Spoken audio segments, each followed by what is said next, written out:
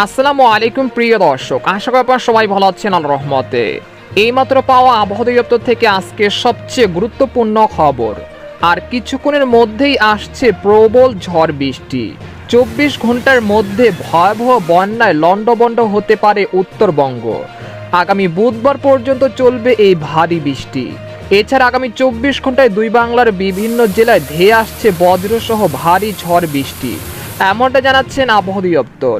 আজ ও আগামীকাল কোন কোন জেলার আবহাওয়া কেমন থাকতে পারে, কবের থেকে মেঘ বৃষ্টি কাটতে পারে, জানিয়ে দিব সম্পূর্ণ বিস্তারিত ভিডিওদের সঙ্গে থাকুন। আর সবার আগে সবার প্রথম সঠিক আবহাওয়ার খবর জানতে আমাদের চ্যানেলটিকে সাবস্ক্রাইব করে রাখুন। এবার জেনে নিন এক নজরে।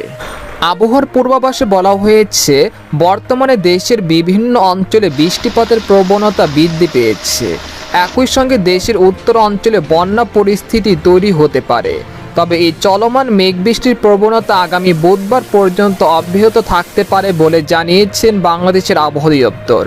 এছাড়া গত 24 ঘন্টায় দেশের সব বিভাগেই কম বেশি বৃষ্টি হয়েছে। এই সময় দেশের সর্বোচ্চ বৃষ্টিপাত রেকর্ড করা হয়েছে চট্টগ্রামের বান্দরবনে 108 মিলিমিটার। আর সর্বোচ্চ তাপমাত্রা ছিল খুলনার যশোরে 33.8 ডিগ্রি সেলসিয়াস।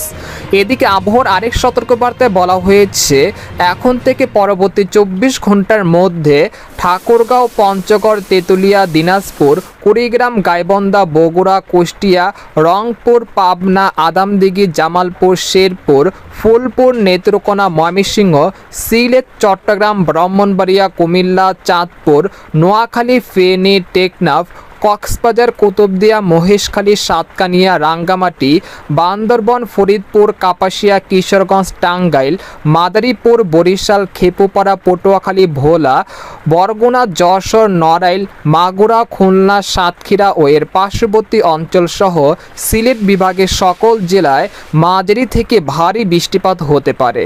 তবে এই বৃষ্টিপাতের কারণে আগামী 24 ঘন্টার মধ্যে চট্টগ্রাম বিভাগের পাহাড়ি এলাকায় ভূমিধস এবং সিলেট ও রংপুর বিভাগে আকস্মিক বন্যা সৃষ্টি হতে পারে। তাই এখন থেকে পূর্ব প্রস্তুতি নিয়ে রাখুন। এদিকে সামুদ্রিক আবহাওয়া।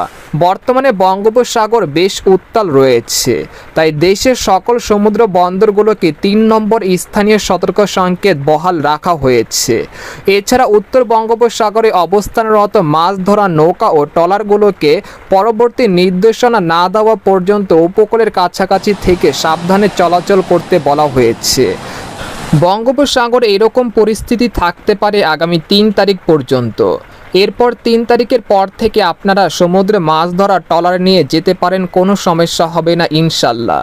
এদিকে বাংলাদেশের আবহাওয়াবিদ মোহাম্মদ ওমর ফারুক জানান, আজ সকাল 9টা থেকে পরবর্তী 24 ঘন্টায় রংপুর, রাজশাহী, ঢাকা, ময়মনসিংহ, খুলনা, বরিশাল, চট্টগ্রাম ও সিলেট বিভাগের অধিকাংশ জায়গায় অস্থায়ীভাবে দমকা হাওয়া সহ হালকা থেকে মাঝারি ধরনের বৃষ্টি বা বজ্রসহ বৃষ্টি হতে পারে এবং দেশের কোথাও কোথাও মাঝারি ধরনের ভারী থেকে অতি ভারী বর্ষণ হতে পারে।